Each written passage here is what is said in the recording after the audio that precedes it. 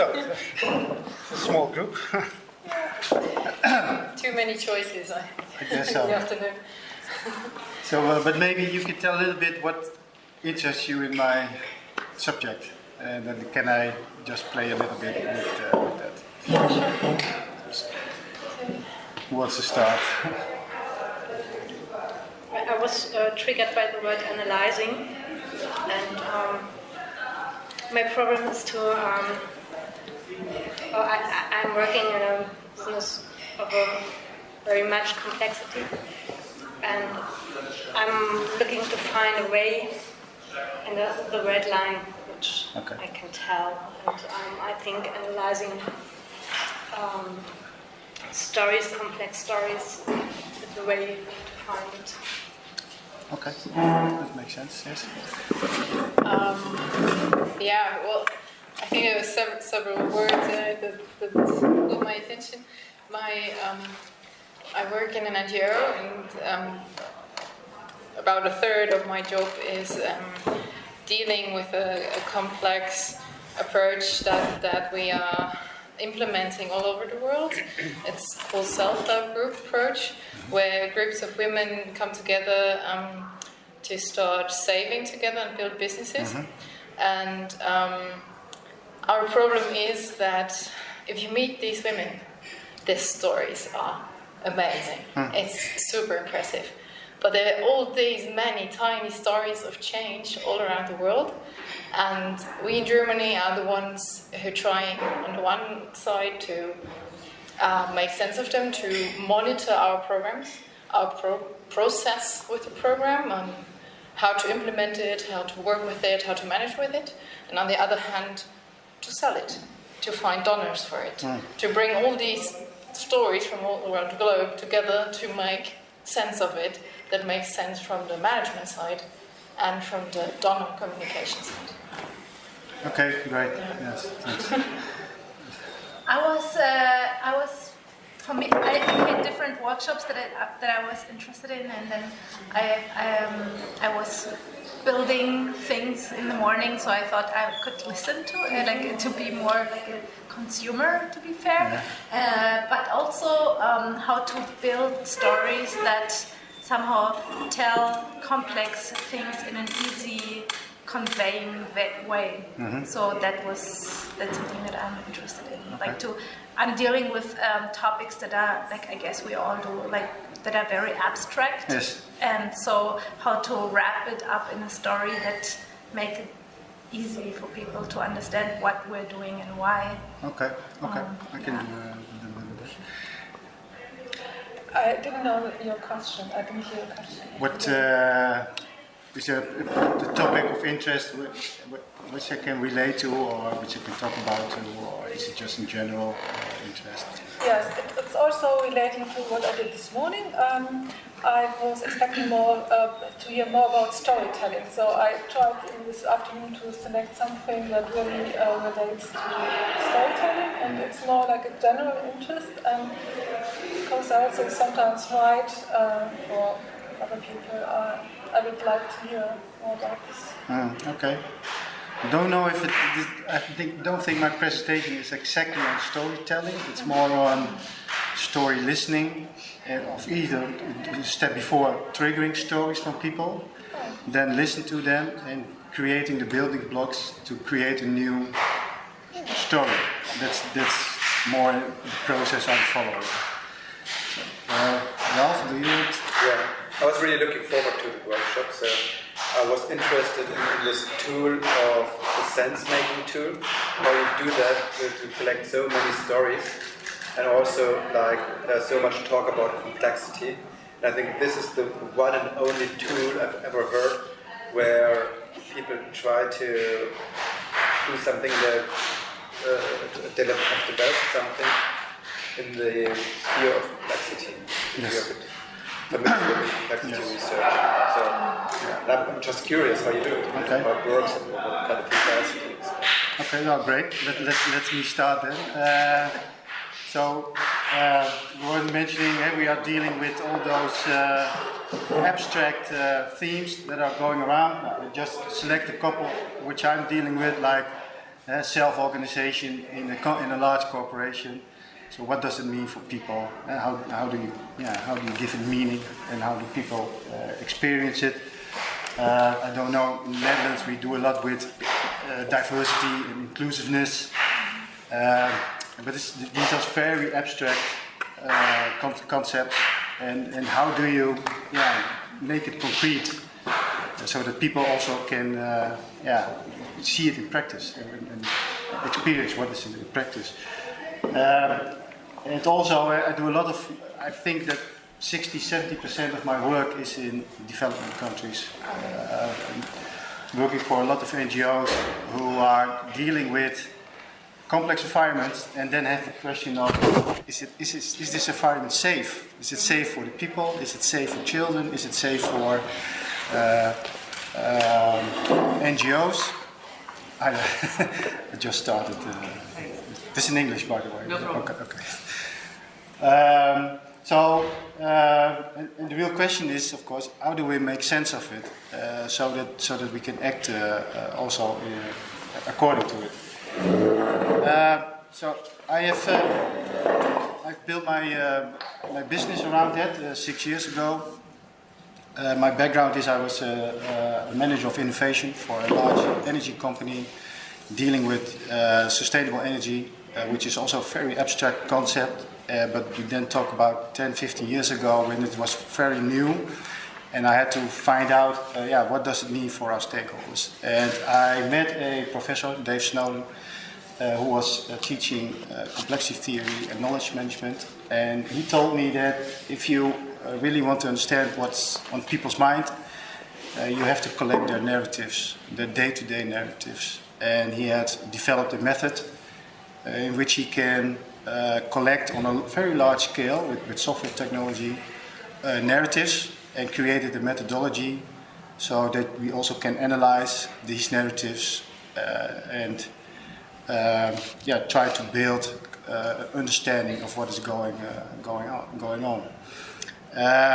And that process of analyzing he's calling sense making, because we also have to deal with some cognitive complexity because we each bring our own biases and perspectives into the boardroom when we present data. So it's not only about the data, it's also about the process of making sense. So in those two concepts I want to talk about a little bit in this presentation. These are pictures of my work. As you can see in different settings. It's a generic methodology, but I use it for NGOs in developing countries. I use it for corporate organizations. I've done a large transformation program with the Dutch Air Force for 1.5 years to monitor the whole change process. So the different settings, but a common methodology. So if you look at how think tanks look at future work skills, there's more and more the term sense making is being loaded. You also see it in a day like this, is storytelling and sense making. I felt that a little bit the focus maybe on storytelling. I didn't hear a lot about sense making, but I find sense making very interesting.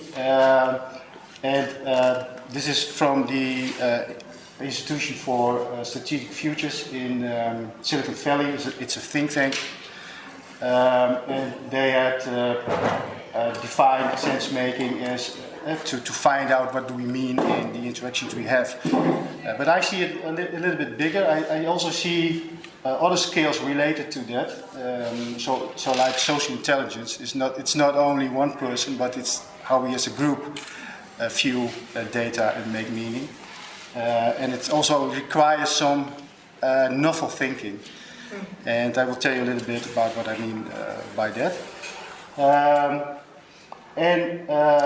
You have also dealing with different cultural settings is a very important aspect of sense making.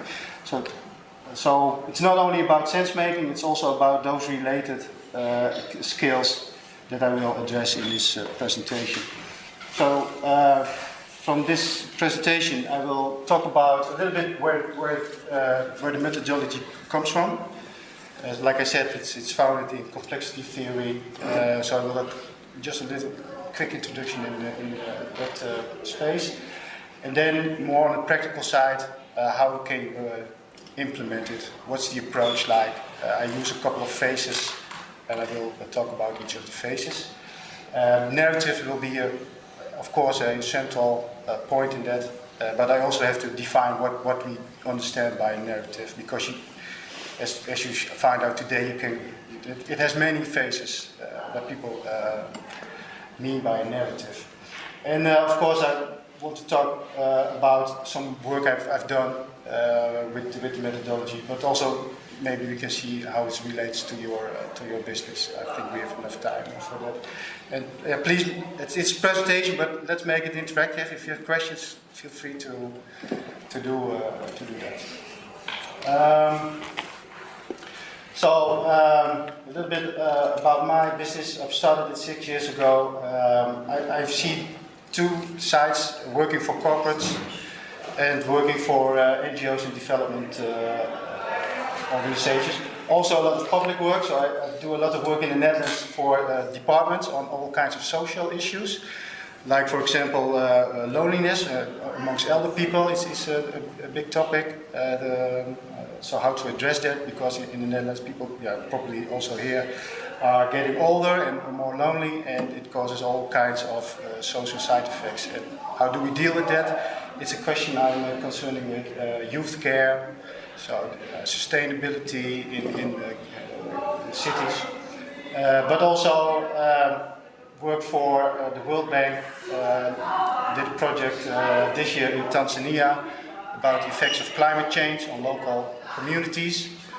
Done a lot of work for Cordate in development countries with monitoring and evaluation of the programs.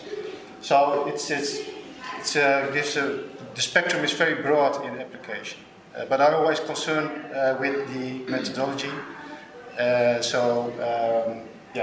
the base of my organization. So I don't know if you sometimes feel like this, that you are tied to some structure and rules in your organization that not always match with the world around you. So you are dealing with a lot of complexity, but you have the tools in your hands that are not really matched for that. And I always use this analogy of a ship of order you are sailing on a sea of chaos. And Dave Snowden created a framework to give that more understanding. I don't know if you're familiar with this framework. Is anyone familiar with the Kneffen framework? You have been? Yeah. So he has... How do you pronounce it? It's Kneffen. It's Welsh. Yeah, I read it a couple of times, but I never knew how to pronounce it. Yeah, you're not the only one. So. It's a Welshman, Dave Snowden. I've met him a few times. And most people don't pronounce it well, but okay. It's a Welsh term of a sense of where you feel at home, more or less. There isn't a real translation for it from Welsh to another language. So, but what he is saying is that in any given organization or society you are in, you can see 5 different systems. And on the right you have the more ordered systems, in which he calls complicated, and there are things that, let's say, if your car is broke, you probably don't know what is broke, but you do know that if I go to a garage, some expert will tell me what is going on. So he calls that the known unknowns. There is causality in what is going on, but it's not visible yet. You need to do some analytic work.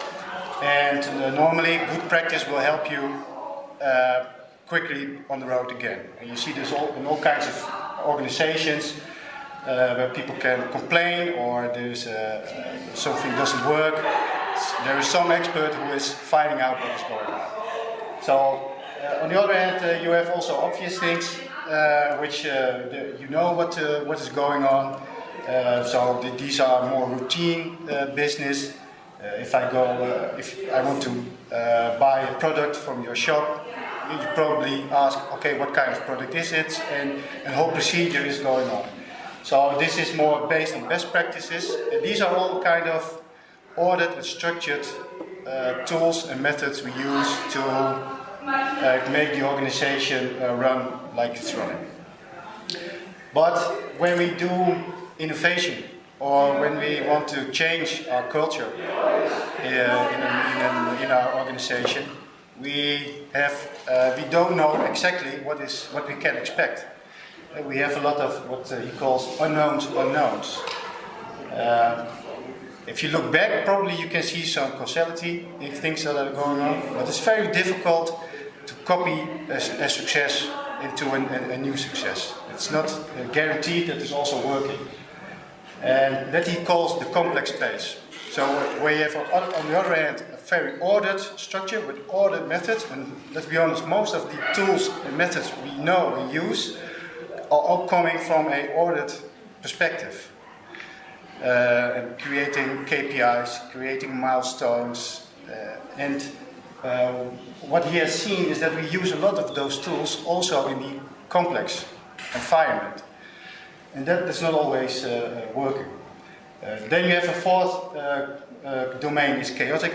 Don't spend too much time on that. That's our real crises that are going on. These are your houses on fire. You don't have time to think about causality. The only thing you have to do is act, get out of the house very quickly, and get things in order. But it can be in any organization. These events happen once in a time. And there's a fifth, and that's more in the middle. It doesn't have a name. It's more or less called disorder. But if you don't know in what of the four systems you are in disorder, and that's not a very good situation to be. But okay, there's also a theory that you can use disorder to go to transformation. But that is more in the theory. If you want to read more about it, he has published an article in the Harvard Business Review of 2007. It's very well quoted and used in lots of communities. And if you look at YouTube, you find a lot of videos of Dave Snowden explaining the Kneffen framework. So I've met him while I was working in my previous job. We built a professional relationship, and I started to use his methods in my work. And nowadays I'm running my independent business, but we still are in contact. So mainly I'm focusing on the complex domain. And like I said, these are the domains where humans are involved. Per definitions, we have to deal with certain complexity. And I distinguish two kinds of complexity. One is more contextual, so there are all kinds of forces around us. Some are not always visible, some are visible. One thing, there is not a linear connection between them. We don't know what affects each other. So this leads to unpredictable situations, and they are very hard to measure. And still, we do in a lot of social studies, we try to measure these kinds of elements. And like I said in the introduction, we also have dealing with cognitive complexity. We as individuals, we have different identities.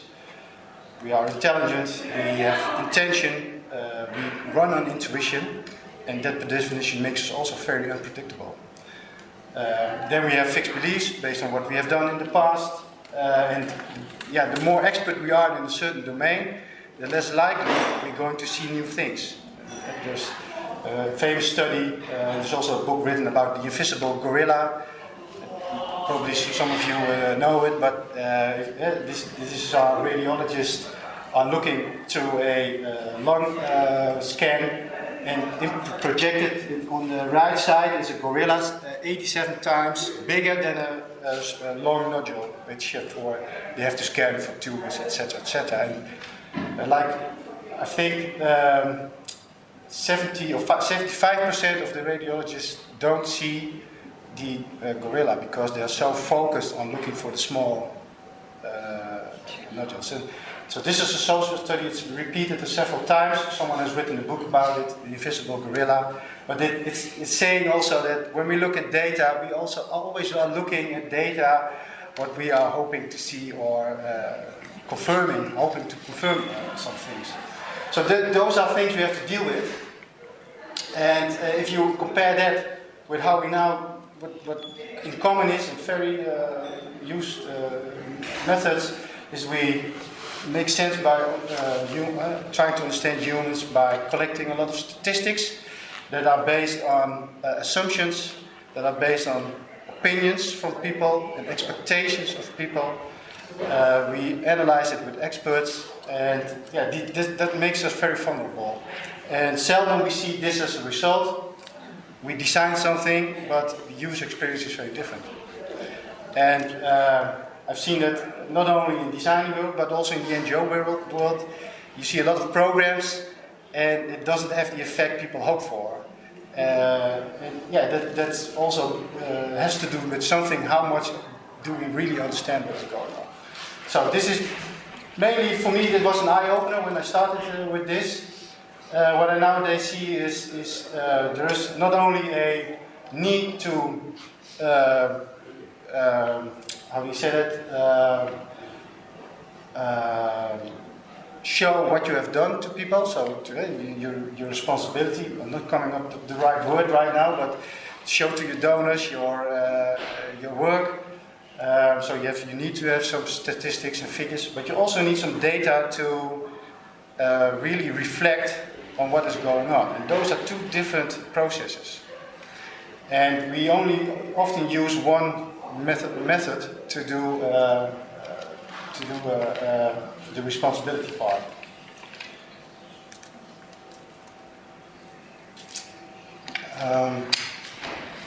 So there is a need for something else. That is what I've discovered the last 6 years. We need also different data. So not only statistics, but we also need more qualitative data, and we need them combined.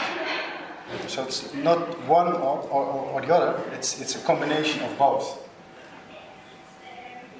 So in that case we can really do make sense making. And personally I like my sense making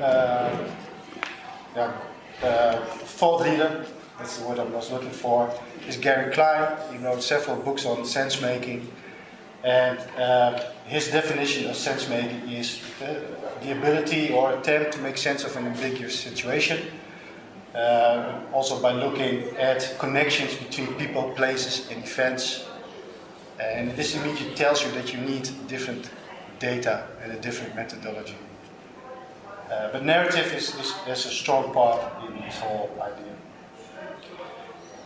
So, this is more the practical side. So as an introduction, we need different methods, we need different data. So how do we then start with a sense-making project? And I use 5 phases in that. First of all, you need to have an idea what you want to, what do you want to collect. So you need to have a concept, because collecting data from a situation in Burundi, for example, or Congo, or Mali, these are places where I've been, you cannot go naively into a village and ask people for data. I've been in very unsafe territories, so if you go out, it's very dangerous to do that. So you need to have an idea or a concept how to approach people in such a way that they also tell you a real, authentic story that is safe for them to tell. So you have to think about several things. So I've done a project in Saudi Arabia, for example, which is of course very difficult to get real, honest, authentic stories without having an infrastructure created where people feel safe to tell the stories. So that is one aspect, because those are the real stories we really are interested in to create solutions for complex problems. because the most complex problems are related to very difficult groups to approach. So that's probably also the hardest part in the whole project, is to come up with a concept. Okay, how do we approach the right people? How do we trigger the stories? Because you also have to think about that. How do you trigger the right stories? How do we create an environment that is safe for them? And then we can collect the data. And we have technology for that. When we have created a safe surrounding, you can go into the field and you record the story by audio. People tell the story that they want to tell you about a certain problem. You record that story, following with some couple of questions, which create a lot of data, and that is coming real time in our service. And immediately what's starting to pop up is phase 3, is all kinds of visualizations about how people give meaning to the story, about the stories themselves, and so you immediately can see certain patterns in, hey, what is going on here? How do people feel safe, and what does safety mean for them, etc., etc. So you can search for patterns and connections. That's the third part. And then the fourth part is then doing it with all your stakeholders, so that there is a moment of clarity between all the people that are involved in the whole process. That's the sense-making process, creating insights. And then you have the building blocks for your change program or your communication program or intervention design. And you can start also monitoring the whole impact. And we have also ideas for that, how to do that. So these are the 5 phases I want to talk to you a little bit more about. If you have questions, this is easy to follow so far. At the moment it's quite abstract, so collecting data or making a safe environment. I'd like to hear some examples. But you're going into the details. Yeah, but I need some kind of introduction where it comes from, and that is scientific and abstract. But believe me, I'm a practitioner also, so I will come with the examples. But stay sharp in wherever it gets too abstract. I didn't want to say it was too abstract. Looking forward to things coming. So first thing is when we create a framework, our first principle is bring the system in the room. So you invite people around a certain topic. Let's say I've done a project around food security in Bangladesh, which will along the presentation also come back. You invite people that are involved in that whole issue around food security. So that are people from the World Food Programme, Red Cross, different NGOs in Bangladesh. Because what we want to try to find out is, okay, why isn't it still being solved? Right? What are the beliefs? What is the knowledge at this point? Because you don't want to recreate something we already have. It's already been trying to do. You want to understand the existing beliefs and assumptions. Also, you want to look at the problem from a more abstract position, because the more abstract your position is, the more space you create to find new insights. Because if you, for example, have done 15 years of work on food security and it still didn't solve anything at a certain point, you need to take one step back. What are we trying to observe here? And I will give you an example later on.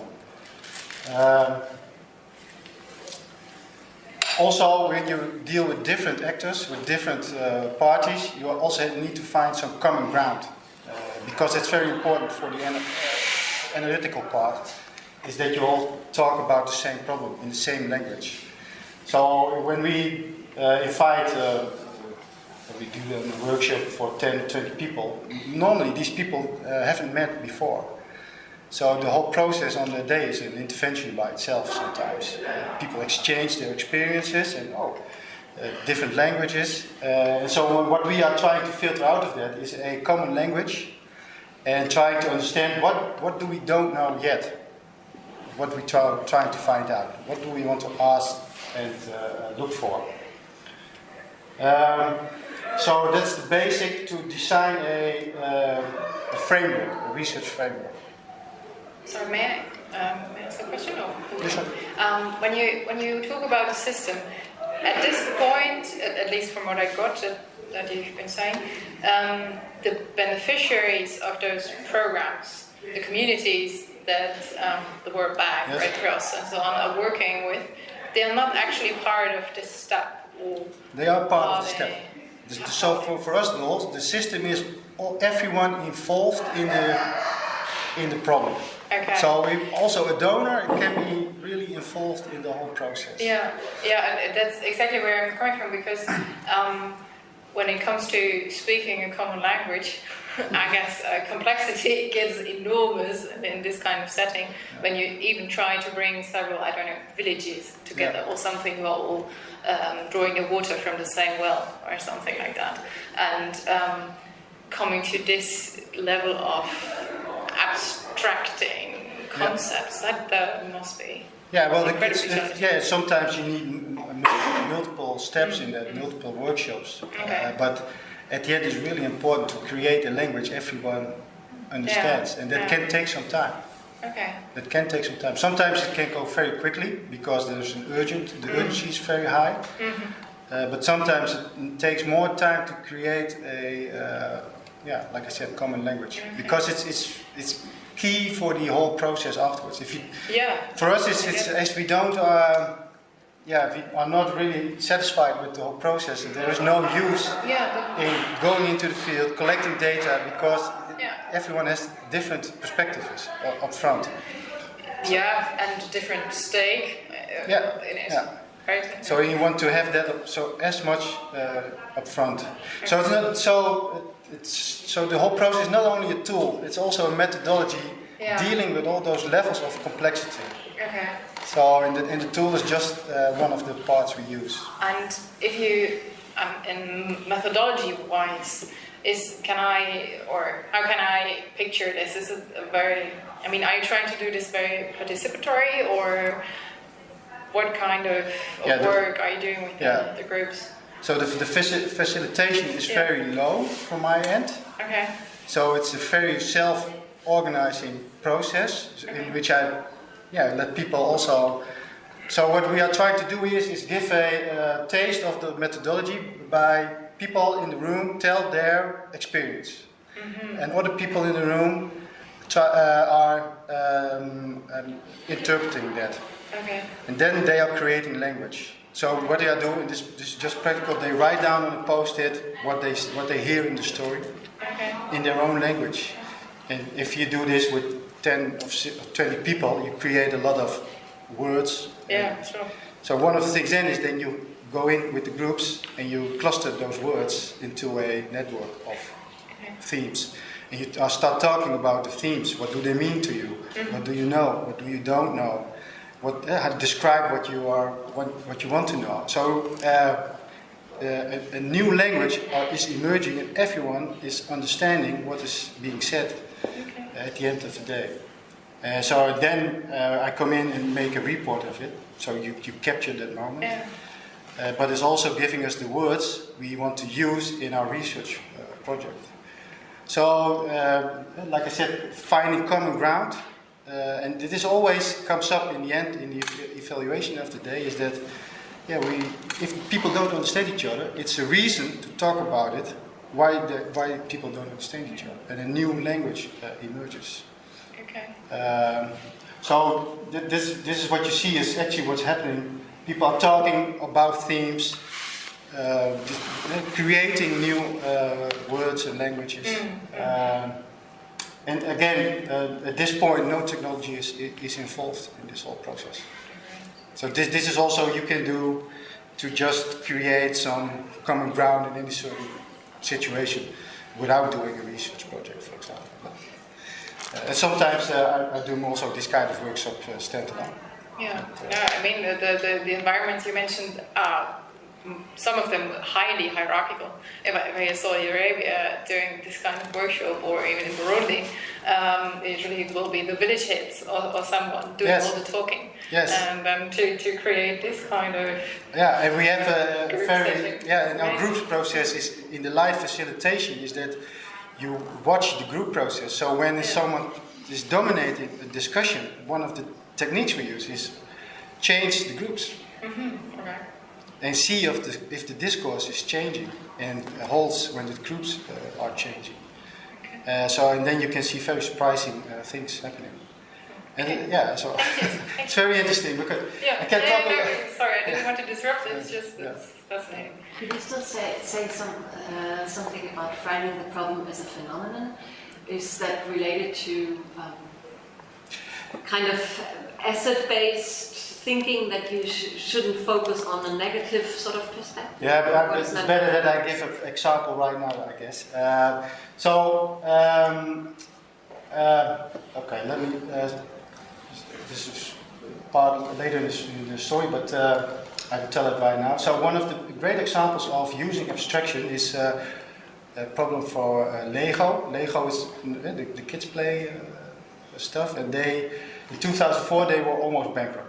So they didn't have any strategy at that point. Their whole business was built on those boring business Lego blocks for kids. There was no real challenge for kids anymore. So kids didn't buy it anymore. So what they did was they thought about how do we recapture our position in the market, and what should we do?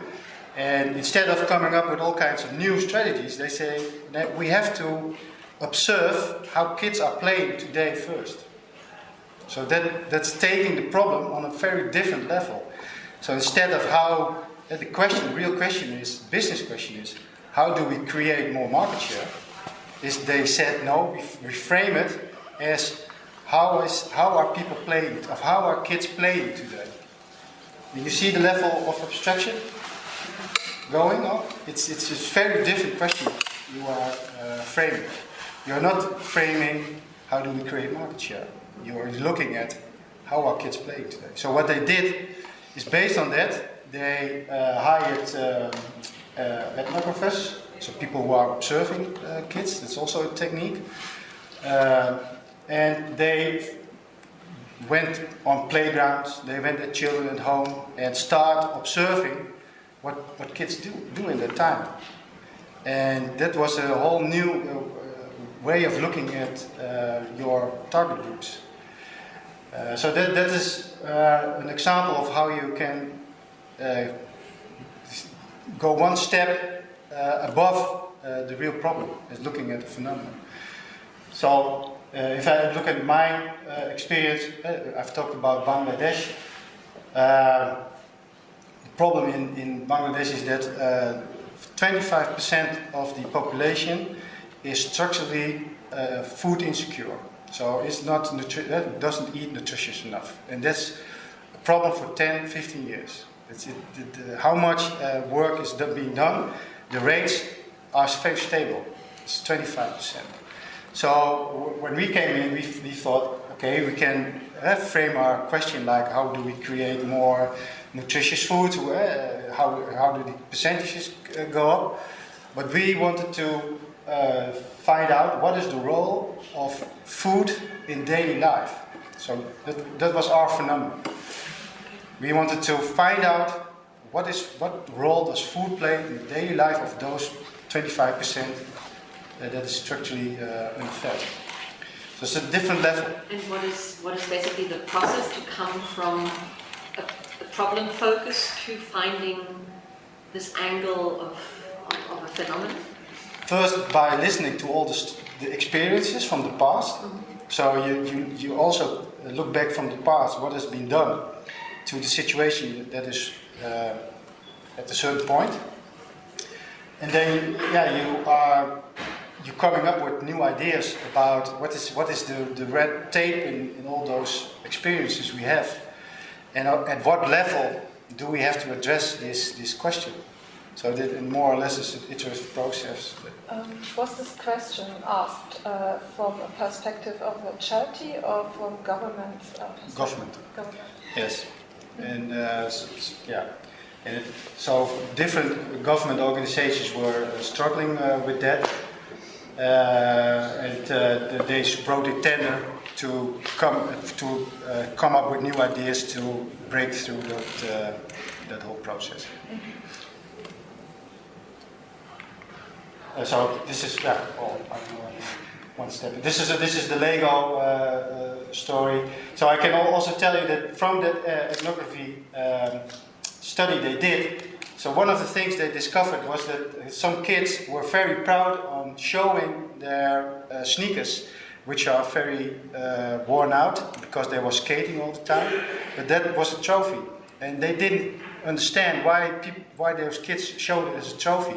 But what it told them was that those kids had a certain craft skill developed, and they were very they were socially had a high status, so they were ranked very highly. Heroes, like yeah. And if you think about it, and if you look at all the popular games today. I have a boy, 10 years old, he plays Fortnite the whole day. I don't know if you know that here in Germany, but it's very popular amongst children. But those games are all about social ranking and craftsmanship. And this is what Lego found out in 2004. They built a whole new system of products which kids had to be very crafted with different kind of Lego building blocks, with play games around it, so a total new idea, but all based on two concepts, craftsmanship and social ranking. And this was all because of they studied at a far more higher level than the market share. They didn't care about the market share at that time when they start studying how children play. I did something in a large bank in the Netherlands, it's the ING, and they had a problem with retention of talent. They couldn't hold people very long, especially talents. So we said, okay, then we have to ask them what it is like to work for ING, because only then you can find out why people are leaving. And not defining your problem is how much we want to increase our talent retention by 25%. It's a different framing of your problem. So collecting data is then we were looking for the narrative. And what are we understanding by narratives is we want to find out the anecdotes people tell at the coffee machine, or at a lunch table, or on a square in a village where people meet each other. Those are not the stories that has a middle, or has a beginning and a middle and an end and are constructed, but those are fragmented anecdotes. You also can compare them sometimes with diary journals people write. They're very powerful because they give a deep sense of what is going on in daily life. And they go beyond expectations, they go beyond statistics and opinions. And they are not that large in text or in audio to capture. So what we are looking for are especially micro-narratives. And that is that we want people to tell about an event that is really important for them, that says something about the role of food in daily life, or how it is to live in a village that is situated in Burundi, or in Saudi Arabia, or in your organization. So these are the top of mind events we want to trigger. This is one of the things we use for story triggering, is we are looking for the events that can tell us something about the situation. And that is not only the event, but also what the experience is, what the expectation of the event was, what kind of emotion you have. And if you capture that, in general, you have 2 minutes of audio recorded. And it's like a half page of text. Because the concept is that we want to capture hundreds to thousands of these. And you don't need then a lot of large stories. You want to only have small micro narratives. It's like looking at Twitter or Facebook. Is we are 160 characters is what we are able to view quickly and make sense of a daily stream or a daily or a day. So that is one aspect is the micro narrative. So we can. Can I ask? I don't understand the title. How is that micro narrative? I mean, it's really deep. I don't understand why you choose the title micro, or like it's the individual story. That's what you mean, or? It's an individual story. That's one thing, and we call it a micro narrative just to define what we are meaning by a narrative. Because we are not looking, like I said, for a real a story like in storytelling. But it's more a definition of an anecdote you could tell me at the coffee table. Probably maybe 30 seconds could be very powerful. And may I ask, how are you dealing with different languages in this? If you're actually recording in the field? Yes. It's probably not all high English. No, certainly no, because you want to lower the barrier for people to speak out. Definitely. So it always in their native language. But then you have to think about transcription. But there are always colleges and universities around who are bilingual or trilingual. Right. So it's never a problem for translation. So you're doing the transcription and the translation manually? That's not software based? Or? No, not yet, because it's not reliable enough. And that's where I'm coming from, because even in English it's a challenge. Yes, me too. I have a background in natural language processing, so we use students because we want a raw transcript also. So we don't want any interpretation. We want a raw transcript, and that's for now it's the best and most efficient way to do that. Cost efficient. It can be. But it's also for engaging local actors. Yeah. For example, when I did work for the World Bank, they were very enthusiastic about having students going into the field, talking with locals. They are also doing the collecting. Yeah, the collecting. Not only the collecting, they do the transcription and translating, but they also are part of the whole sense making. Because when they are there, they also have.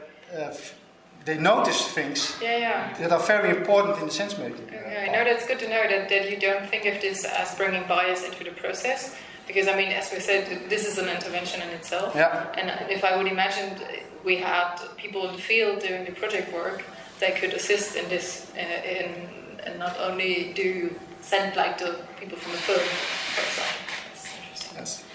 Okay. Thank you. So then we use the technology is that we have software that you can trigger a question like, can you tell something about it happened to you that makes you either happy or frustrated about living in your neighborhood. So what happened? What did you do? What makes you happy or frustrates you? What could improve your situation? And people will tell. And you push the record button in and you have a terrific story. So this is this is the starting point of the research and collection part. So this is So you can do this also by web. This is from the ING situation. You work at ING. Can you remember an experience that struck you as positive or negative? Something you want to tell the new CEO? He's starting. What is your experience? What do you want to tell him? You get all kinds of stories. So they are not steered, you don't influence it. People can really tell, choose the positive or the negative. It's up to them. And of course you can box that, but the main challenge is not to influence that too much. So this is the story. So the second part is if you have like 1,000 well, 1,000 is maybe too much, but let's say 300, 400, which is more or less an ideal number. It's a challenge, okay, how do I read the stories that are saying something? How do I make a red tape? How do I see what the connections there are? And then we use the concept of self-signification. So what does it mean? Is when people tell the story, they also answer a couple of questions. We ask them about the story and about themselves. So they interpret their own story. Like, what was the tone of your story? Was it very positive, neutral, negative, very negative? It's a 5 scale, for example. Very simple question. But you can go also more challenging questions. Who are the decision makers in your story? Who are the beneficiaries? What are the themes in your story? If you look at the story, what happened in the story of 1 year? What do you think will happen then? So what you can do with that is either you can explore your assumptions in that way, but it's also a very effective way of decoding the qualitative data. That is been done by the storyteller in this case, which also reduces the bias we have looking at the stories, and it enables us to do quantitative analysis. Define the questions based on the conceptual frame in the beginning. Yes. So it's a collective process where you then decide, are we going to test assumptions when we go deeper, or both, or a combination. It can be anything. But you are right. The design is coming from the concept, first step? because you want to create a perspective on the data that is built on assumptions, on the things you want to know, and give a little space in, let things emerge. And it's collective perception, because most of these things are the stories they tell and their interpretation. So, okay, no, carry on. This is these questions that follow the story, Yeah. the questions that are being asked. Is this a sliding scale, or could it also be an open question? Yeah, I will come to that. I think that's probably the next one. These are the concepts we use. So we use like multiple choice or single choice. So, for example, this one is what's the emotional tone of your story? When did your story happen? When did your story took place? Those are check buttons or radio buttons. It's very simple, useful. But then you can also use scales or sliders. So you can present statements, or you can present a scale. So people have to think a little bit more, or reflect a little bit more about their story. But also we use triangles, in which there are 3 concepts or variables, and you don't have to choose in one of the 3, but you can say it's a little bit of that, or a little. It's more or less in the middle. So here it's about in what way affect the events in your story on your livelihood. Is it personally, physically, or financially? Yeah, and it can be all 3 of them. Or it can be more personally and financially than physically. And what is interesting is when, if you look at this from an aggregate level, like 100 or 200 or 300 people, some interesting patterns are emerging, and your assumptions are being tested. Are you looking deeper into the original story afterwards? Or is Also, this is just collecting. This is still collecting. So I will come to the. So you have to have these questions ready at the time you go out in the field and ask the questions. Yes. Yeah. Yes. And sometimes you do a little pre-testing. Yeah. Without these questions. So based on the pre-test. The stories without this question, to explore the themes. Yes. So that's also a option to use. We use a lot. There's also a 4th concept that's more a free format. You can present a picture and you have 5 different options to place your. We call them. You have 5 variables. You can place them anywhere on the format. But in this example, we asked children, schoolgirls in Niger, where they felt safe at home, at school, coming from school to home, at their work after school. So one of the interesting things we found is that they felt safe everywhere except at home. So this is a big signal. So that is something you would immediately can act on it. Could you explain a bit the triangle, what it means, where to put the spot? So in the middle it's like all of them. Yeah, the middle is, if you really have an ideal triangle, the middle is the assumption, because then it's the optimum of the three variables. And when people are starting to move to the more the corners, then you are seeing deviations from your assumptions. But it's tough to design those kinds of triangles. But also imagine it's tough for the people to put in the spot, because conceptually it's not so easy, it's not self-explaining. Or, so how do you explain to people what it means to... The funny thing is, but this is based on experience, that in the Western society it's perceived as more difficult than in the developing countries. And that has also to do with more structured thinking, categorized thinking, versus relationship thinking. And you see that very much more in the developing countries. People think in relationships, how does one fit to another or match to another, instead of, well, we are more intended to categorize things. But there are all kinds of social studies who are backing up that. Does the middle point mean I agree with every of these statements, or what's on the corners, on the edges? Or is it I think it's neither?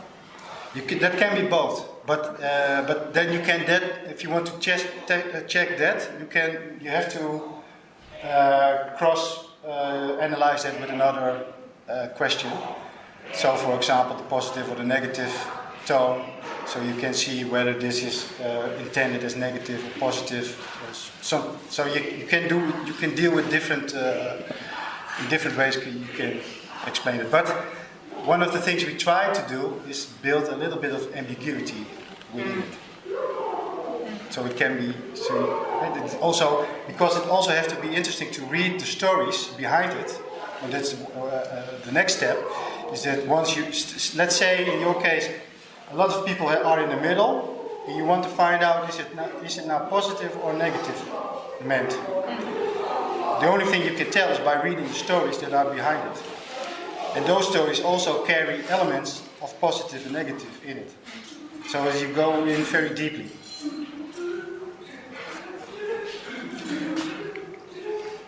So some of the principles we use, we talked about a little bit. The more abstract questioning, the more we reduce bias, the more we find things we don't expect. It also stimulates novelty thinking for the respondent.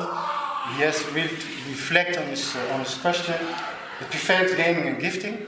And what we mean by that is that you can already think about what we are trying to look for. So in this case, you have to respond very intuitive. And another thing is that it's not only about the data itself, it's also about what we as a group think is happening and the interaction between it. You bring that also with you in the room. So we keep that principles in mind when we develop a concept. So this is what we then get, and this is coming in real time, and people are recording and saving their data. First, we have hard data, so we have a lot of quantitative data to find patterns, to find direction, to build some evidence in certain patterns. And there are many ways to visualize that data, but it's always by design, of course. And then you can't see it very well, but this is a geomap of a situation in Dar es Salaam. It's in Tanzania. We have marked the different areas where we have collected data, and we see now that in a certain area, people are more positive towards government than other communities.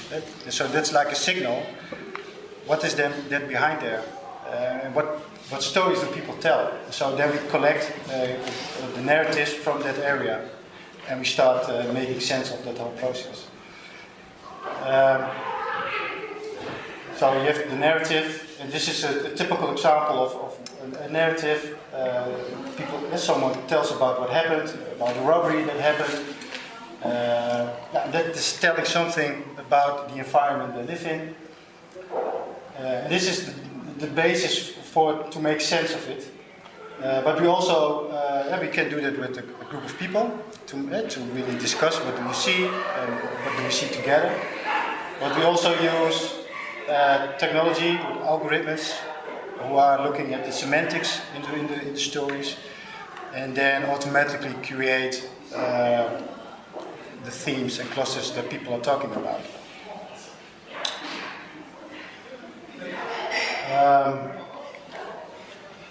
So there are also a couple of techniques we use in trying to make sense of that, searching for patterns and connections, so you make them aware of their unintentional blindness in the filters. We use a technique. This is coming from the CIA. It's a very basic, simple technique, but you ask, okay, look at what you know and what you can confirm. Look at what you don't know, what you want to know, what you do not find, but what you expect, and then you have the building blocks for your insights. And this is a very basic technique, but very effective in setting a group of people to work with the data. And it looks like this. So again, in this situation, this is what we use. You can use it in many different ways, but we always bring the system back in the room again, set them behind a laptop with the data. So we immerse them in the data, and let them play around with the data. And we ask them to find the patterns and the weak signals. And then the process start of sharing and discussing the perspectives and the connections people can make, in reading the narratives, describing what is happening there, so you can have the building blocks to create a new story or to create interventions or communication program. And yeah, these are participative processes. And yes? Can I? Yes, sure. What kind of technique do you use in order to see what is not there? Like to find your blind spots? Well, basically, if you ask that question, certain things already start to exist. There are a couple of techniques, and this is not specifically based on what's not there, but it makes you think of in different ways. Probably this next slide. Yeah, these are the techniques we use. So one is, there is a model, the triple path of insight, in which you set people, you can give specific group assignments. So you can say, look for contradictions, things that are challenging what you're seeing. You can look for connection, which is more or less already confirming in what you see. And you can also put people in a pressure cooker to come up with, just give them a few minutes to come up with whatever they come up with. And so these are techniques that are disrupting at least the normal way of thinking. It's not to say that you are specifically looking for what is not there, but if you mention it already up front, also look for what is not there, those things will automatically also be part of the technique. So another technique we use, this is the basic technique, is social construction. So you come around, you create themes and clusters, and then you can use those triple pairs of insights. So then you go look for connections, you for contradictions, etc. And then we use a technique, it's called productive conflict. So you present your insights, but the other party is looking. For example, you can say then as an assignment, what's not there?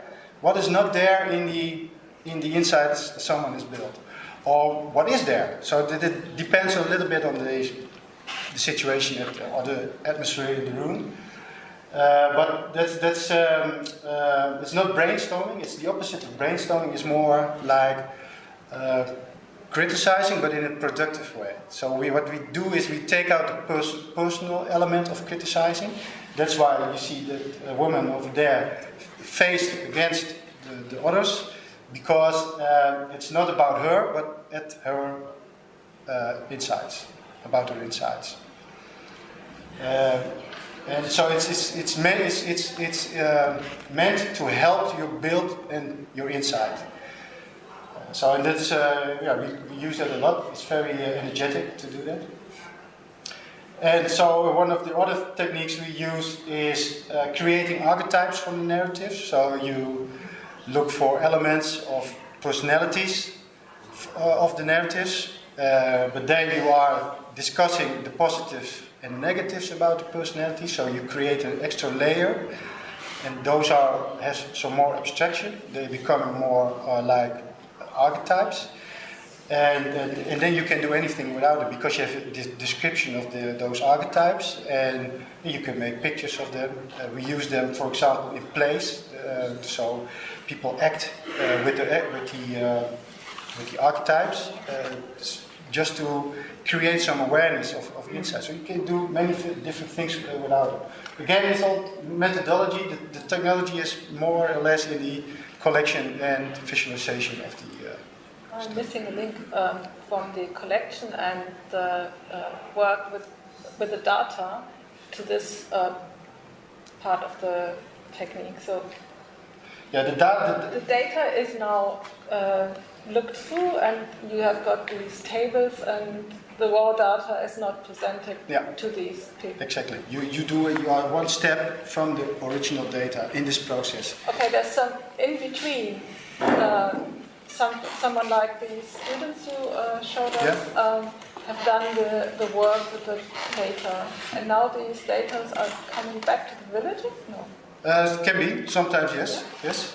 Sometimes, so like for example, the plays we did in Bangladesh, we the people who collected the data, they also performed a play with the archetypes to the people they had collected data from.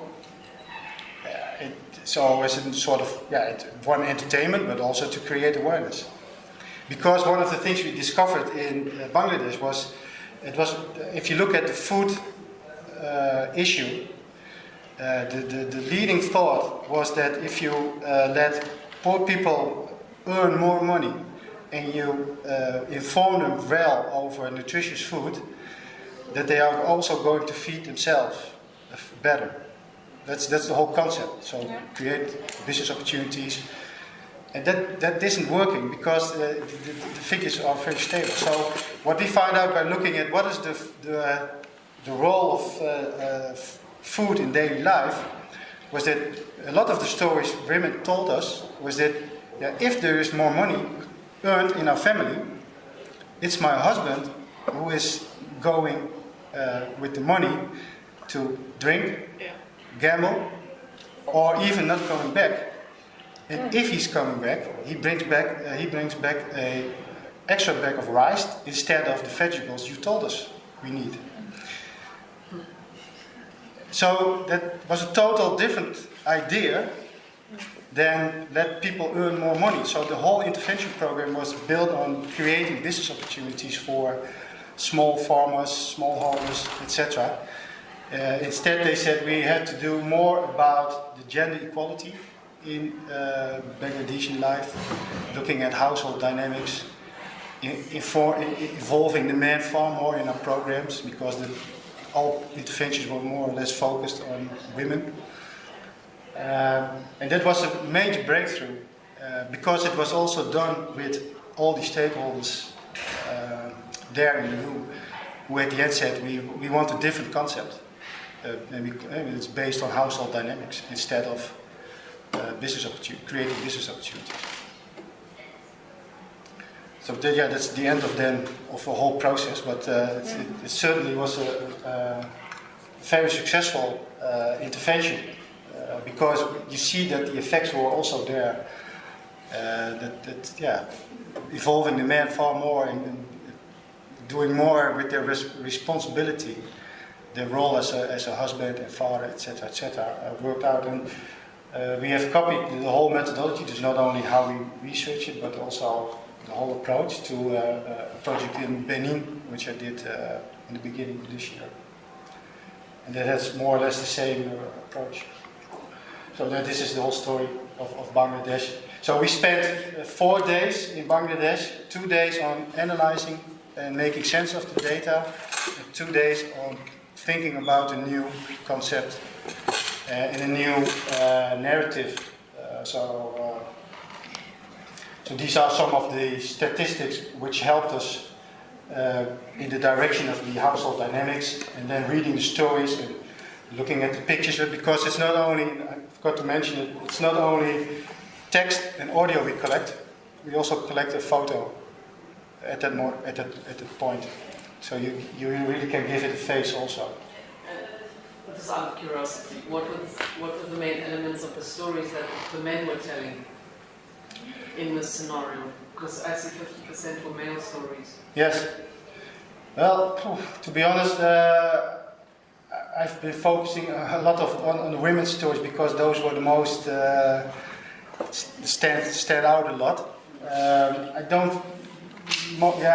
can't really recall any interesting stories that out of the ordinary, let's say, because at a certain point we focused very much on the women part and how their stories were really heartbreaking, and some of them were being abused for a long time, had a very low role in the family, so the husband was taking care more of his mother in the family, because these are households of 6 to 8 people, normally 2 families with the grandmother still living there, and so the role of the mother-in-law, from the mother's perspective, from the women's perspective, was far more important than the wife itself. So at a certain point we found those stories far more important, and they stood out.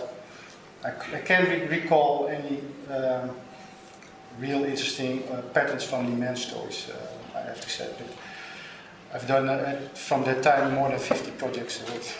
So Can you give us the examples of those 3 variables, just to have a bit more? So one of the triads we used was what could improve the situation around food. And is it the prices of food, is it the knowledge about food, or is it the availability of food? And so what we interpreted was that the availability of food wasn't that much of an issue. So there is enough food, and it also matches with our experience being in the field, that wherever we came, people offered us food. And we were thinking, well, how is it possible? These are, from the statistics, these people used to be food insecure, and they offered us food. You see always people working with food, so food everywhere. So then the other one was it was about who influenced the story, who influenced the situation around food, and then we saw more a pattern in the household members, so not other community members, and also not NGOs, professionals who are teaching and educating all those women, but the real decisions and influence comes from inside the households.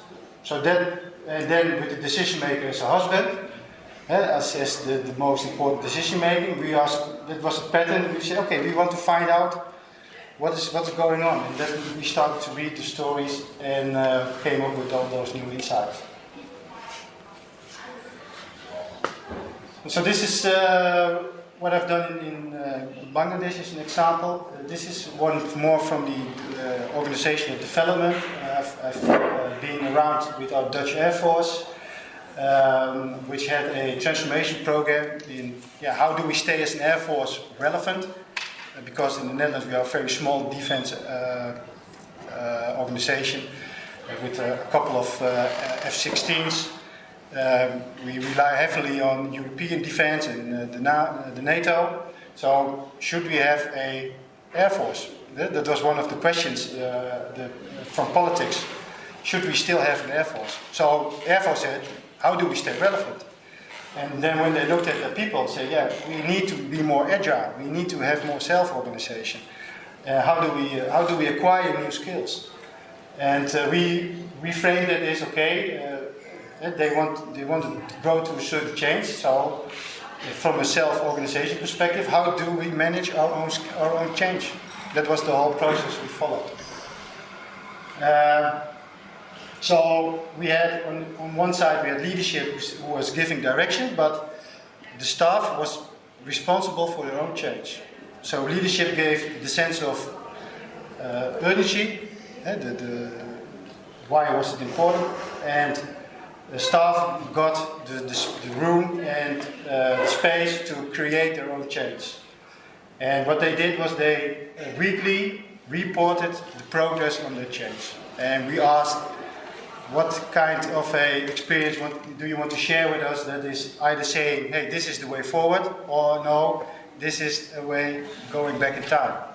What experience do you want to tell us? With the same methodology we used when I showed before. And what we did was we organized weekly meetings with different staffs. These are all small teams of 40 to 50 people that are reading all the stories from each other. Okay, so you collected the stories and all the other ones could see the yes. other stories.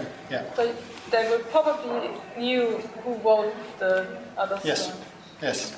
So you have to define rules of engagement, and it's a good point. But because in one of the squadrons, teams, that really got wrong, because people were very open and did know who wrote the stories, and they acted on it. And that was one of the rules of engagement we said we don't want to have. And the one who acted on it was also the commander of the team. So that was one of the things we identified, was that it was driven from the top. So the general himself was the sponsor of this whole program, but he skipped over his middle management and directly laid the responsibility on the staff level, which created a lot of noise at the middle management. But it was also one of the hidden agendas to identify that problem. That if we want to change, it's not only change from the bottom up, but also from the middle management. So it created, in one squadron, it stopped the whole process of telling stories, but it started the whole process of reflection on the middle management level. So this process was 1.5 years. So we had we had a few ups and downs in the whole process, but this is one of them. So yeah, there's nothing you can do with technology to stop that. This is a fairly human process, what is happening here. But what they did was they defined their own change matrix. So these are all interventions they defined themselves, and these were from very low effort to low impact to very high effort and high impact. But there were, what it showed was that people could take responsibility given them the opportunity to do so. And this was something that they wanted to see. And also, one of the things we did is to measure if they were going to tell different stories in a certain time. So this is a snapshot from a certain moment, and this is people that are not engaged in future plans and were also not a very positive expectation of the future.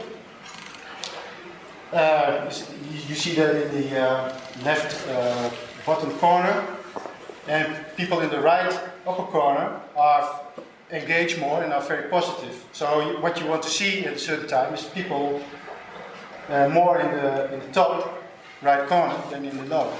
And you can do that by monitoring this on several points in time. And again, you can select all the stories that are behind it to find out if there are different stories to be told. And this is an approach we use in a lot of our monitoring and evaluation programs. So how to monitor change, how to monitor impact, etc. because these are built from those sliders you saw, those signified of those skills. You can do all kinds of cross tabs and etc. So you actually have done this to follow up after time on the change of stories? Yeah, because and the strategy we use is we call it so more story like these. We want to create more stories like these and less of those. And you can, with the whole clustering and social construction, you can give it a name, but you want to see if there is a real change in stories. And the theoretical background is when you want to change a culture, you have to change the stories that are being told. And I'm doing a lot of work also for the counter-terrorism group in the Netherlands, in Mali, for example. And it's all based on how do we change the narratives of terrorism. And go into schools and find out what is the discourse, collecting these stories, doing the intervention, and then coming back at a certain time to see if those stories are still there. So what would usually be the time frame between your first visit and to follow up one? Depends very much, but I would say like after 6 to 9 months, it would be. Personally, I'm also working with a couple of cities in doing continuous monitoring. So, for example, I'm now doing a project in a large city where we use networks of people who are volunteers, voluntary work. Those are like thousands, and they are coming by people in houses who are in need of care or aid. And we use them as sensors of what is going on in certain areas. And we use that on a continuous basis. So whenever you come in a house, and whenever you see something you want to share, we get a signal, and and you can use it for trend signaling, for every kind of social policy. And this is a pilot we are now running because the idea is to connect more informal networks. The concept I've called is human sensor network, so that you really have the city, the people in your city as a sensor of what is going on. So you basically do real-time trend analysis? Yes. Yeah. And where is this city you're trialing? Is this? It's my hometown. Yeah. I know a few people. Which continent? I brought this concept up in an innovation competition for the Hague Security Delta, which is a platform of security community. And so I won an award with it, but I couldn't find a implementer. Because what's an award? So I went to my own city and said, well, I won this award, and I have connections with the voluntary network, so can we start something? And now other cities are looking into it. So it's promising, but let's say like that. So I think I have to move on a little bit. So We started 10 minutes to 3. half an hour. I still have some time? Half an hour. Yeah. Oh, well, I'm almost at the end. I see. One more question about the military. So why do we need it then at the end? What is? The initial question was, so why do you need an air force? To stay relevant. To stay relevant. Yeah, and then what was the answer to that?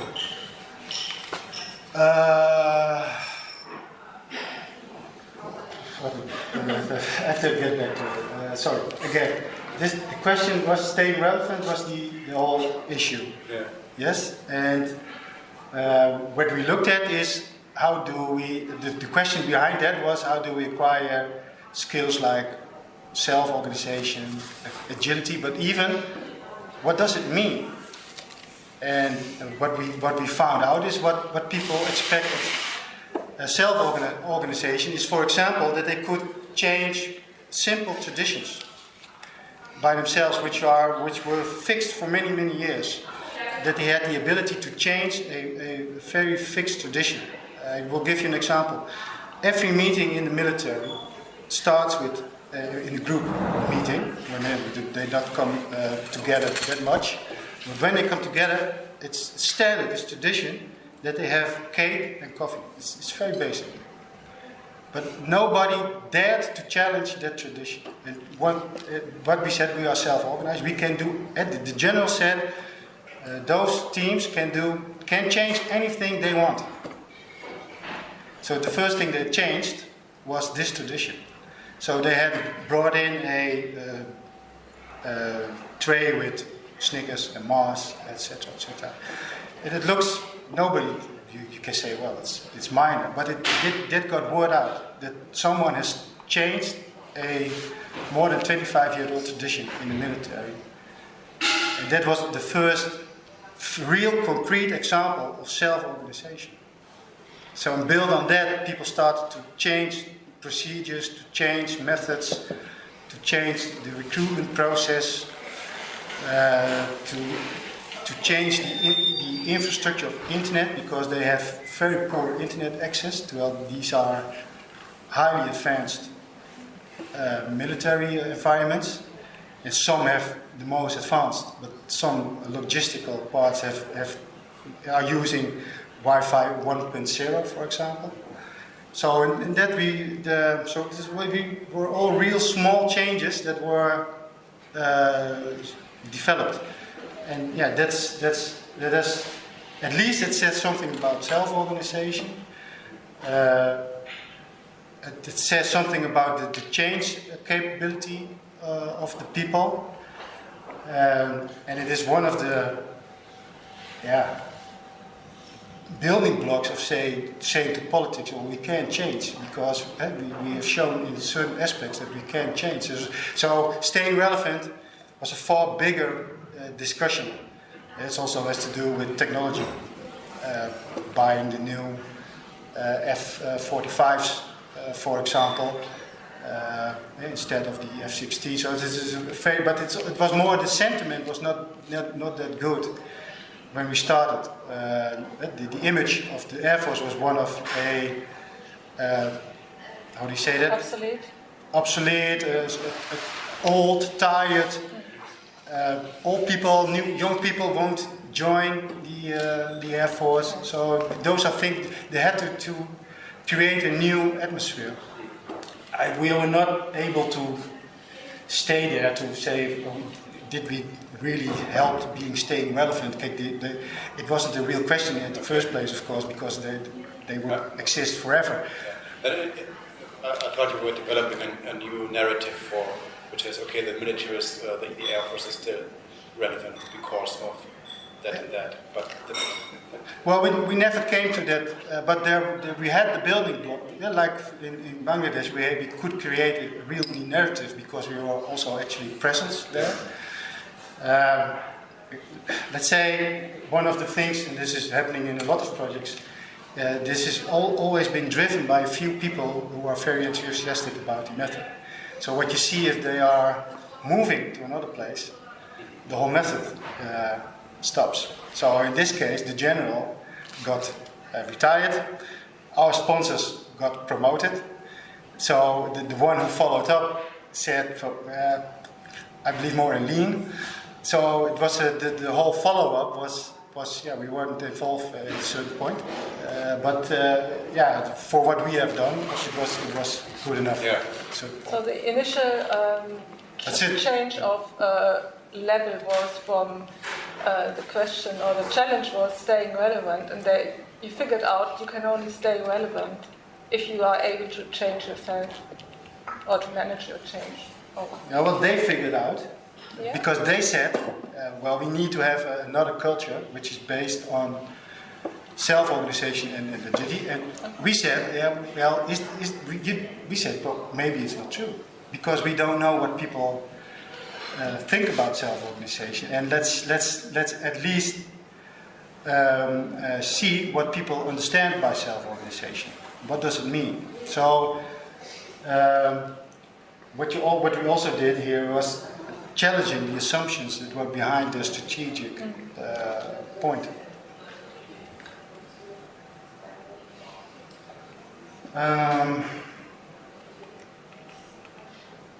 Yes. It's in the environments like this, there are this is complexity at its best, because there are so many invisible factors you cannot directly address in such a process. It will always come at certain points. So I think I'm at the end. So when you think about putting it in practice, these are some of the topics I mentioned, and something you can consider in using, bringing the system in the room, framing the problem of thinking about the problem as a phenomenon. What do we want to observe? Because you also can use techniques like ethnographical research, for example. But what I like most about the way we do it is that it's scalable, it's efficient, it's fast. You have in a few weeks you have hundreds of narratives collected with a lot of data because of the self-signification. Use some extraction in your questioning. Gather multiple perspectives. Use some of the techniques I told you about to disrupt thinking. Because presenting and collecting and visualizing data is just one step. And then you have the whole process of making sense of it with each other. And following change through a concept like more stories like these and fewer of those.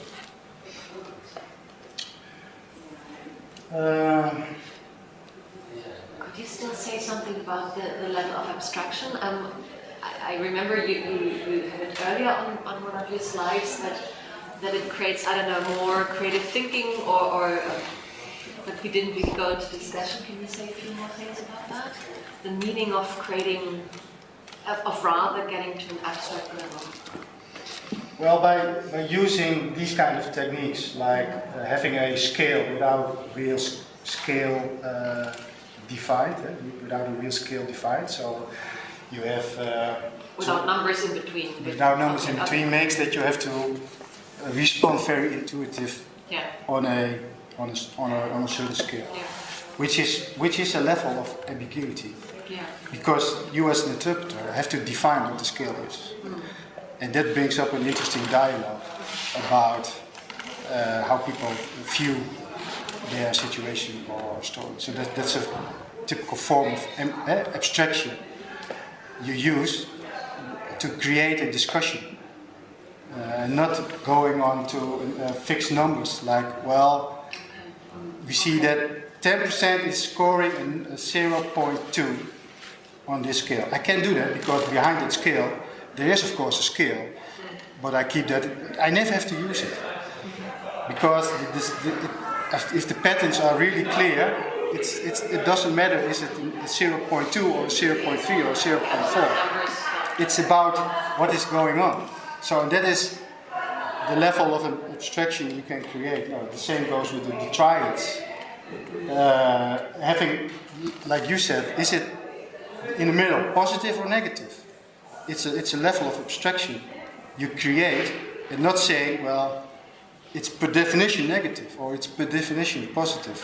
You challenge the people to look in the stories and interpret, let them interpret if it's positive or negative. It's creating also ambiguity, because someone can say, well, I find it positive, and someone else says, yeah, but I find it negative. And there is no right or wrong.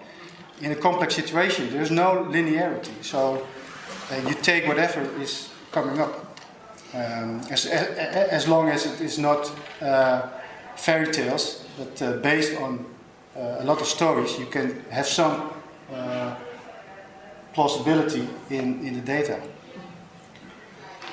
And yeah, of course, in the real question itself, that you don't ask, well, what do you think of the chair? But you ask, what did you feel in coming into the room? So asking about the chairs, steering directly to this chair, while someone coming in the room can say, oh, the light was too bright, and you didn't think about the light was too bright. So that's another example of creating abstraction and ambiguity. I have a question particularly on that slide. This looks like a web app of sorts or something that you probably can work on. So from the user experience, this is adjustable, I presume, or is this? I'm asking because this is all writing based. So if you're talking abstraction and working with different target groups, I could imagine doing this with pictures. Not in all these concepts. So we have the concept on the bottom right. There you can use pictures. We use pictures to trigger stories. That's an option. This here you use text or symbols. Can be symbols. You can use symbols.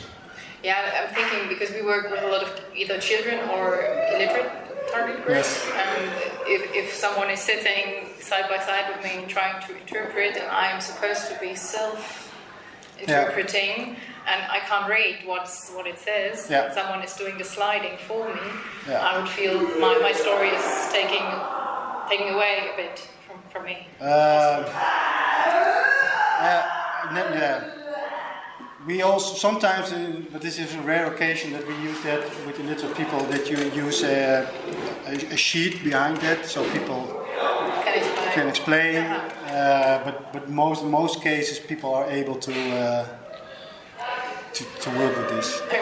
Well, you could just read out the question and then say on this side of the slide it's positive and the other side is very negative. Or Yeah, no, of course the person will read it, but I mean, if the person who's being sent to ask these questions and to record, it's not necessarily the case that you have that much trust in that person's ideas, perspectives, understanding. If you told your story in the first place, I assume there is some sort of trust.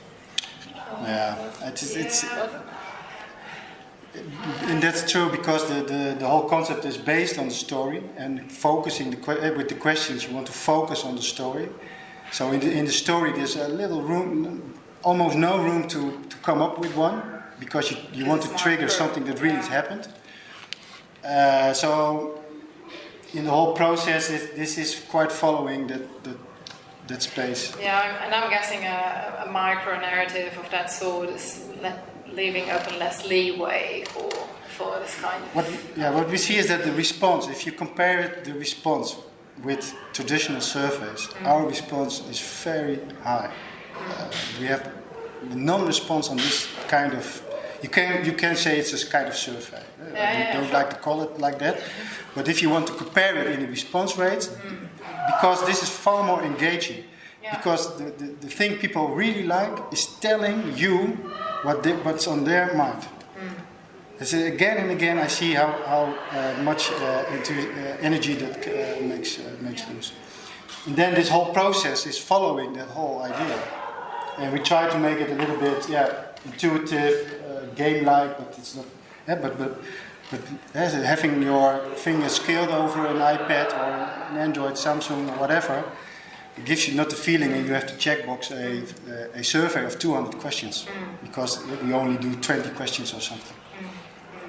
Have you ever experienced a group where nobody wanted to tell a story, or where they were rather reluctant to? No, I've once had a collection of stories and we weren't able to record them. That was the other side around. Someone didn't push the right audio record button. So we had a lot of stories, but someone did. So that's the other side around. Now, there are situations that we have to really trigger people to tell the stories because the situation is not safe enough for them to tell a story. And then you have to rethink the whole approach. But you do that by testing. So personally, I've never seen a project where no data was collected. We always are able to collect enough data. I could think of not of these projects you did in Africa or Asia. I thought of something more closer home. Yeah. So when you have a company where Yeah, there's a situation which was not enough data. So we opened a booth in a company, so people can in the booth tell their story. But with little, I'm a strong supporter of facilitation in the field. So having one student or someone having in the field collecting the data, put face to face, because that guarantees high response rates. But I always say, if you treat it as a survey, you will get the results of it. And that's normally when people say, yeah, we're going to open a booth, and I can object, and they say, no, we're still going to do it. I can always predict the response rate. And I never claim any responsibility for the response rate. So that's not my... So instead of framing it as a survey, what would you rather use? What kind of term? Or how do you explain in a nutshell what it is? Engaging your target groups. We normally introduce it as a experience study. So we want to find out how you experience things. Working with us together, building a new concept, evolving, participating, those words. So more of an interaction. Yeah, so you always also load concepts like participatory analysis, or in Holland that we have citizen participation is a big concept, but nobody has a real concrete loading. No. So, for example, that human sensor thing, which I was talking about, it's driven from the bottom up. I have 1,500 people in the city who are observing the city. We call it collective perception or collective perception. Yeah, that's a great frame. Those are the things you have to frame.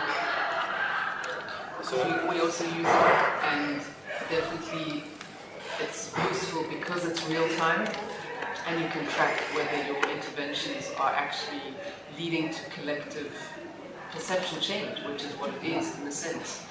And I think it's very interesting, your story in Bangladesh, to see how these the perception of this woman is changing with whatever the decision was to now make an intervention. And that's why I was asking about the men, whether they were involved in shaping the intervention that was decided as a community, because that I think is wow, very cool. Yeah. So one of the things we do now in Tanzania is using deep democracy. I don't know if you know that, but that's adding the minority voice to the majority voice.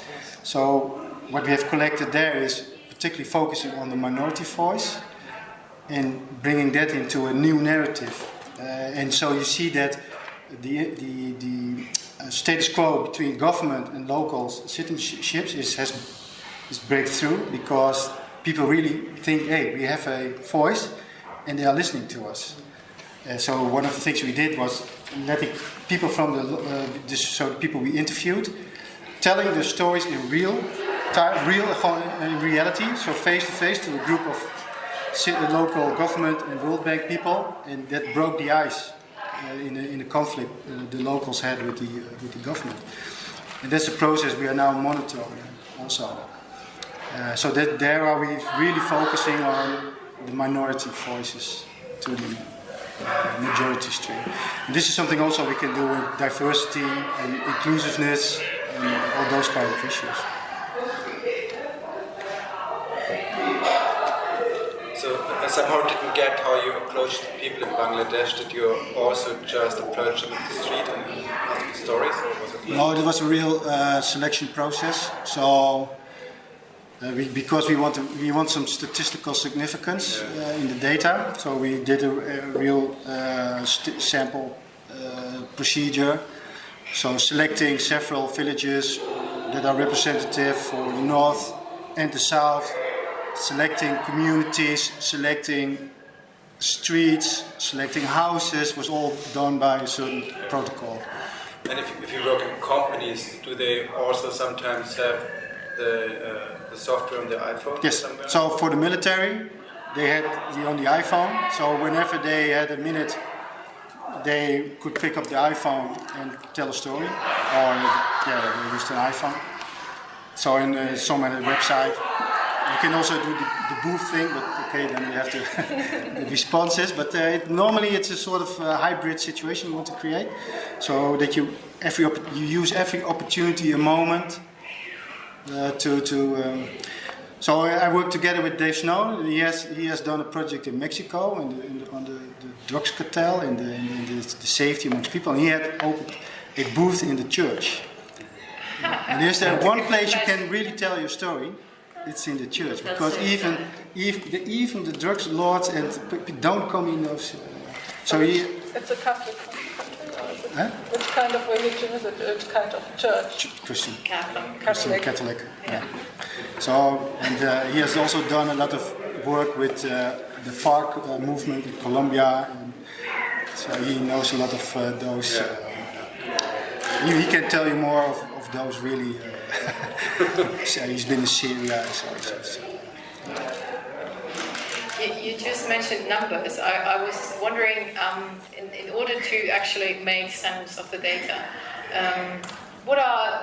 what is the span like of micro-narratives that you have been able to make sense of, like a minimum, maximum? Yeah, my experience is, and this is at a certain point, I've done projects over 1,000, but at a certain point, if I find 400, I can say something significant about a certain area. Mm-hmm. And the patterns don't shift anymore. So there is no real use in having people in the field collecting after 400 or 500. But there is no limit in principle. I know of someone who's collected 10,000 or something like that. But personally, who's going to read all those stories? So then you really need algorithms. But there are not a lot of people using that. But personally, so because it's also comprehensive to collect 400 or even 150 is also. For me, it's not about statistical significance. For me, it's good enough when people rely on. Well, there is enough significance here. So as soon as meaningful patterns emerge in the data. And you rarely see that after 150, 200, the patterns don't shift that strong anymore. And it's interesting because I was fearing that with these tiny narratives that you would actually have to collect a vast number. No, the minimum would be like 80 or something. Because then there is no use to scale up. Otherwise you could collect emails. There's no use in that. But 80 to like say 400 or something. But it's really about how can we open a new discussion. So I had a discussion in the Citizen Council, and they wanted to have a quick reaction on the loneliness rates, and we collected like 125 stories in 1 week, and they had a meeting after that in a week. They said, okay, we have more than one story now, we can move forward. And that's the objective was to move forwards, not to have statistical or scientific evidence. I still have a No, question. Sure. This is time for your story. So. What I understood, the Significance. Self-signification. Self-signification, exactly, is one of the key points in the process, right? Because I mean, if you usually collect qualitative data, the sort of coding is done by an external person. Yes. So the key difference is that people are doing it themselves. Yes. I imagine it must be very difficult because still the variables still are kind of predetermined, right? I mean, it's something that sort of is developed along the process of the design, overall framework design. How does it work in practice if you do any testing or you run the whole thing in the field and you realize along the way that somehow the kind of variables you had in mind, be it, I don't know, in terms of triangles or so, just doesn't really capture what people... Yeah, well, then you delete them. or Is you there create. is there any mechanism to recheck and along Yes, the way yes, adjust that? continuously, because as we collect them in real time, so we do a test period, of course, then you have already feeling, but then the first weeks are also important. We're not only testing the answers on the signification questions, but we also test what kind of narratives do we get. So do we get the narratives that make sense to us? So we have to change our strategy or something like that. But that's the advantage, is that we collect them in real time, so we monitor also the whole process. And so quality assurance is one of the key things in this approach. This is a very good point, because it's the critical success factor. If you don't collect the meaningful data, that's terrible. So at a certain point you're going to start with what you have done in your research and your design, but it doesn't guarantee you the success you are hoping for. So you have to monitor that. At a certain point you have some feeling about how you trigger the right questions. So in the last couple of years, to be honest, in the first years I did it, I made a lot of poor projects, mistakes. Nowadays you run far better projects than before. Was there a common thing that went wrong in the beginning? Yeah, the type of signification questions. So where do I use a scale? Where do I use a multiple choice? Because what I start to learn is I want to think from the end. What kind of analysis? I started to picture myself, what kind of visualizations do I want to create? Because you relate more to the problem you want to solve, and then you say, okay, I probably need these kind of visualizations. So then I have to develop these kind of questions. And it is not about the type of questions, but not so much in the question itself. So there's still some room to define the question. But that's one. There's more thinking behind it now, starting from the end in visualizing the data. So I have in mind already when I start a project, okay, these are the kinds of visualizations we're going to need. So that is helping a lot. And triggering the narratives also is more structured now, more fixed, because the methods we use now gives us almost in every case the right contents. We have a certain way of triggering the questions, and they seem to be very workable.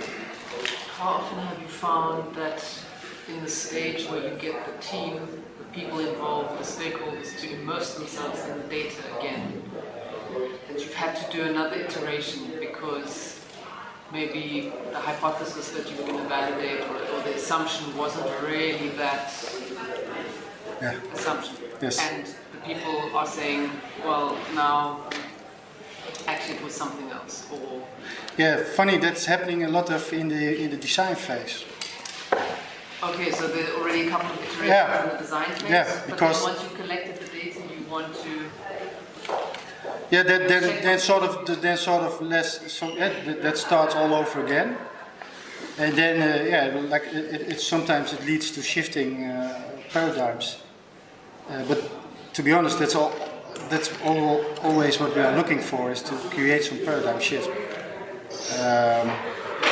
Because these are all very abstract themes and concepts in organizations, so nobody has a fixed idea about how to approach it. Someone has then normally it's filled by someone who has an idea, and the rest is following the concept of self-organization or what agility means. And then in the discussion you see that there are emerging more ideas, and that's what you're hoping for, that you shift away from one fixed belief in what self-organization means, or food security, or poverty, or whatever. So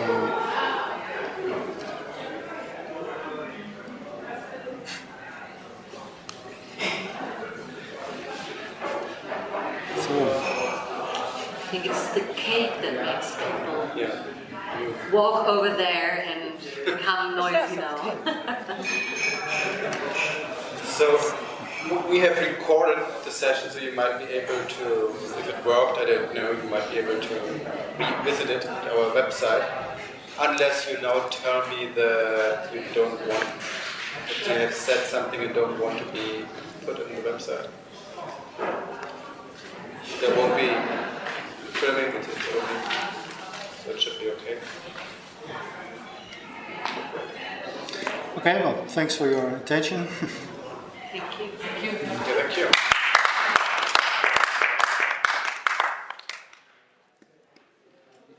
So what do you think? You will use it? It's a lot, eh? Well, it's very hard to really imagine without having tried it out. I think and witnessed the process for it afterwards. And I imagine, I mean, it's a huge software operation behind it, right? I mean, all this, what you need and so on now. Well, our clients don't have to worry about that because we supplied it. But no, for me, it's no big. Technology is just a small part. It's more the whole methodology, and it certainly takes a different approach, a different way of thinking about your issues and following a certain path. That's far more harder. To be honest, I think that a lot of our clients who started with us didn't actually know what they are starting with, but they give it a try, and then it got to. We delivered what we promised, more or less. Are there a lot of companies who always come back to you because they are so convinced of the method? And well, these are some, but some are certain topics that are so high that there isn't a second one, for example. Dealing with food security is ongoing. But some clients are, and so is the transformation process in the Air Force. Well, like I said, someone leaves and someone else takes over and he doesn't believe in it. It's over. So that's also part in the game. And sometimes we are used to break through a discussion, but then the opposite party has to take over and they say, yeah, but you are the cause of the whole discussion. So, and so that's more on the political side. I've experienced that also. So it's very different. But at a certain point, there was always a circle of people who are calling us to do it.